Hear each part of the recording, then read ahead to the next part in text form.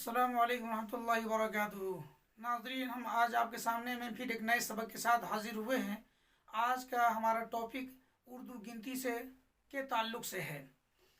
उर्दू गिनती के अंदर में दो चार बातों को बल्कि तीन बातों को जानना बहुत ही ज़रूरी है। पहली बात तो यह है कि उर्दू के अंदर जो हम दो लिखते हैं उस दो की शक्ल ऐसी होती है, यानी ये दांत जो है अगर दाहिने साइड से हो तो वो दो है, और अगर इस दांत को हमने बाएं साइड से ले लिया तो ये बन गया 6। अगर हमने इसी दो के अंदर में एक दांत को और इजाफा कर दिया तो ये बन गया 3। लेकिन अगर इस दांत के अंदर में हम इसको इजाफा कर देते हैं तो ये तरीका गलत हो जाएगा, ये 6 तस्वुर नहीं किया जाएगा। नंबर 1। नंबर 2, उर्दू के अंदर में 0 ऐसी होती है, जबकि इंग्लिश में 0 की शक्ल ऐसी होती है।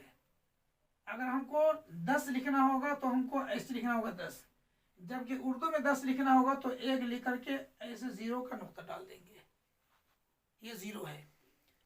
कभी कभार उर्दू के अंदर में बच्चे जो है वो 0 को इस शक्ल में लिख देते हैं। ये उर्दू के अंदर में जिसके अंदर का वाला हिस्सा अगर खाली हो तो वो 0 तस्वुर नहीं किया जाएगा उर्दू में, बल्कि उसको वैल्यू 5 की वैल्यू तस्वुर की जाएगी, यानी वो 5 बन जाएगा। अगर किसी ने 5 ऐसा लिखा, अगर किसी ने 0 ऐसा लिखा, इसमें नुक्ता डाल दिया तो ये बन गया 50।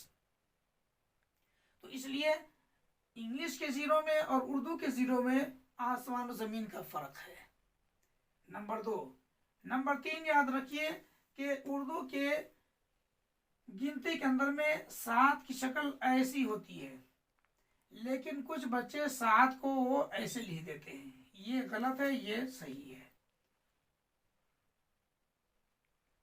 नंबर 3, उर्दू के अंदर में 2 तो ऐसा होता है लेकिन 4 ऐसा होता है। 2 की शक्ल में और 4 की शक्ल में भी आसमान और जमीन का फर्क है। इस फर्क को अगर आप ज़हन नशी नहीं करेंगे तो फिर आपके लिए आपको आइंदा चल के प्रॉब्लम खड़ा हो जाएगा। आप 2 को 4 पढ़ेंगे या 4 को 2 पढ़ेंगे, या आपको कहा जाएगा 2 लिखने के लिए तो 4 लिखेंगे, अगर आपको कहा जाएगा 4 लिखने के लिए तो 2 लिखेंगे। तो इस तरीके से आप कन्फ्यूजन के शिकार हो जाएंगे और ये कंटिन्यू चलता रहेगा और कन्फ्यूजन के शिकार होते रहेंगे। इसलिए 2 की शक्ल और 4 की शक्ल में आपको ज़हन नशी कर लेना चाहिए कि 2 कैसा होता है और 4 कैसा होता है। अब सामीन, हम आपके सामने दिखलाते हैं कि ये जो है उर्दू के अंदर में एक ये होता है 2 3 4 5 6 7 8 9 और ये 10 है। इससे आगे की गिनतियों को लिखना इससे भी ज्यादा आसान है। बस आपको जो है इतना करना है कि 1 से लेकर 10 तक को अच्छी तरह प्रैक्टिस कर लें, अच्छी तरह मश्क कर लें। जब आप अच्छी तरह मश्क कर लेंगे तो फिर आप कभी भी कन्फ्यूजन के शिकार नहीं होंगे और आगे जा करके इस मश्क का काफ़ी फ़ायदा आपको होगा।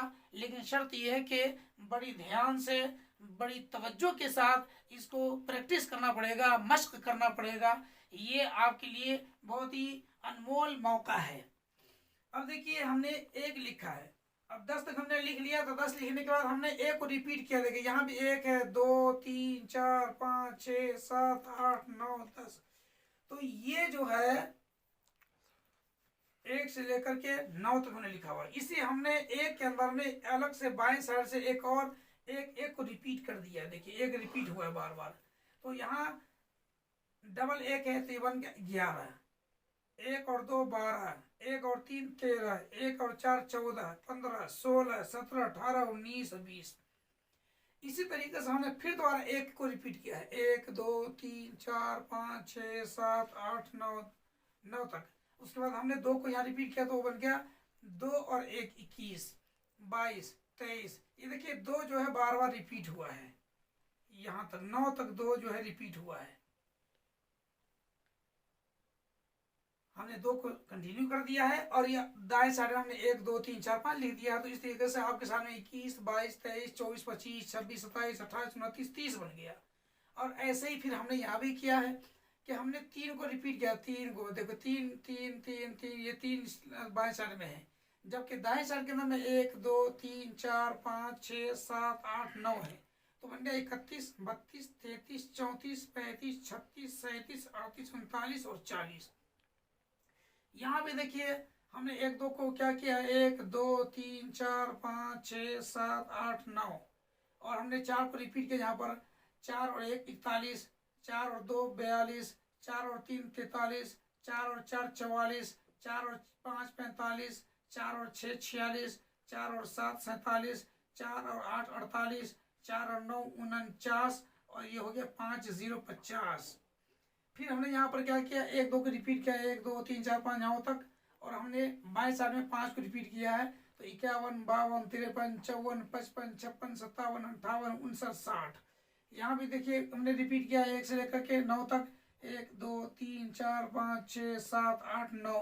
अब हमने यहाँ पर 6 को रिपीट किया 6 को, तो 61 62 63 64 65 66 67 68 69 70।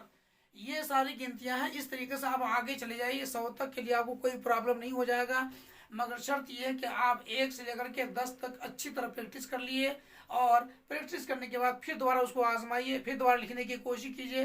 उम्मीद है इंशाअल्लाह अज़ीज़ आपको अच्छी तरह समझ में बात आ जाएगी। तो दूसरी बात ये हो गई। तीसरी बात जो हम आपको बतलाना चाह रहे हैं वो ये कि किसी भी लैंग्वेज की गिनतियां हो, ये सारी की सारी गिनतियां जो होती हैं वो बाएं साइड से ही लिखी जाती है, जबकि अगर इन वर्ड लिखेंगे, लफ्जों में लिखेंगे, तो ये दाहिने साइड से लिखा जाएगा। यानी अगर हमको 1 2 लिखना होगा तो हम लिखना है 1 2 3 4, ऐसे इस शक्ल में अगर लिखना होगा तो आप दाहिने साइड से लिखेंगे, और अगर इस शक्ल में आप गिनती लिख रहे हैं तो हमेशा बाएं साइड से लिखेंगे। यही इसका उसूल और यही इसका तरीका भी है। अगर इसके खिलाफ चलते हैं तो फिर आपको वहां भी कन्फ्यूजन का शिकार होना पड़ेगा, और आप कन्फ्यूजन हो जाएंगे कि इसको कैसे लिखा जाएगा। ये गिनती का सिर्फ उसूल है कि गिनती हर जुबान में बाएं साइड से ही लिखी जाती है, जबकि अगर लफ्जों में लिखेंगे तो उर्दू की गिनती जो है लफ्जों में लिखा जाएगा, तो ये फिर दाहिने साइड से ही लिखा जाएगा। तो ये चंद बातों के साथ हम आपके सामने में हाजिर हुए थे। उम्मीद है कि हमारी ये बातें समझ में आई होगी। फिर हम इंशाल्लाह अगले सबक के साथ दोबारा हाजिर होंगे। तब तक के लिए खुदा हाफिज।